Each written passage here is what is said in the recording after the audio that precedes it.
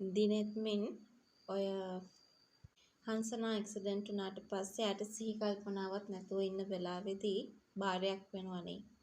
ඉතින් කොහොමුණත් ඒ බාරේ ඔප්පු කරන්න තමන්ගේ අම්මා පුංචි එතකොට හංසනා මේ සියලු දෙනාවම එක්කගෙන මෙන්න මේ පාරේ උණ තැනටම යනවා. ඉතින් ඒ සිදුවීම අපිට ඉදිරියේදී මේ කතාවේදී බලා ගන්න පුළුවන්. හැබැයි වෙනද වගේ කකුලෙන් ඇවිදගෙන යන්න හංසනාට පුළුවන් කමක් නැහැ. එයා රෝද පුටුවක තමයි මේ වෙලාවේදී ඉන්නේ. හැබැයි රෝද පුටුවක හිටිය වුණත් මේ වෙලාවේ හුස්ම ගන්නවනේ හංසනා. ඉතින් හංසනාට මේ වෙලාවේ දිනෙත් මින් කියන්නේ ඔයා හිටපු හැටියට මේ තත්ත්වය ගොඩාක් හොඳ තත්ත්වයක් කියලා. ඒ වගේම ඔයාට කරදර කරපු අයට අනිවාර්යෙන්ම මේ හැම දෙම දඬුවම් දෙන කාලේ මං ඔයාට හොඳ වෙනකන් තමයි බලාගෙන හිටියේ. ඊට පස්සේ මේගොල්ලන්ට කරන්න ඕන දේවල් ටික මම කරනවා කියන කතාව කියනවා. ඉතින් කොහොමුණත් මං වෙනුවෙන් බාරහාර වෙලා මං වෙනුවෙන් මේ තරම් කැප වෙන්න තරම් අපි දෙන්න අතර තියෙන බැඳීම මොකක්ද කියලා මෙතනදී දිනෙත් මින්ගෙන් හංසනා අහන්න නියමිතයි. හංසනාට දැනගන්න ඕනේ වෙන කිසිම දෙයක් නෙමෙයි. හංසනා වගේම දිනෙත් මිනුත් Tamanta ආදරෙයිද කියන එක. ඉතින් දිනෙත් මින් කරන ගොඩාක් දේවල් වලින් හංසනාට ආදරය දැනෙනවා.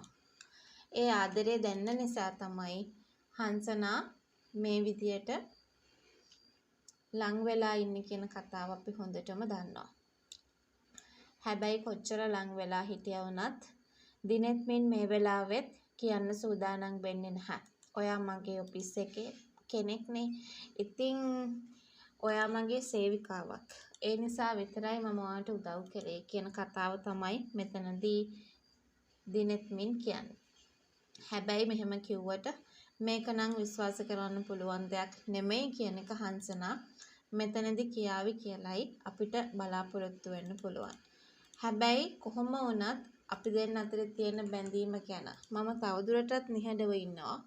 මොකද ඒකට හේතුව මම බල කරලා අහන්න යන්නේ නැහැ.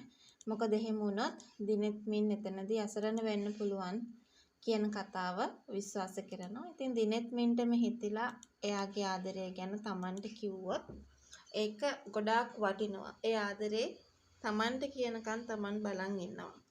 මේ බාරය ඔප්පු කරන්න ආපු වෙලාවේදී අනිවාර්යෙන්ම හංසනා තව බාරයක් වෙන්න පුළුවන්. ඒ තමයි එයා මට ආදරය කියපු දවසට මම මෙතෙන්ටම ඇවිල්ලා මේ සියලු දේවල් Tamanට දෙන්න පුළුවන් උපරිම දේ ලබා දීලා මේ බාරය ඔප්පු කරනවා කියලා පොරොන්දු වෙනවා. ඉතින් මේ දෙන්නගේ ආදරේ ඒ තරම් සාර්ථක වෙයි කියන කතාව අපි හැමෝම මේ වෙලාවේදී කතා කරන්න අවස්ථාවක් තියාගෙන ඉන්නවා කියන කතාව ගැන තමයි අපි හැමෝම මතක් කරන්නට සූදානමක් තියාගන්න ඕනේ.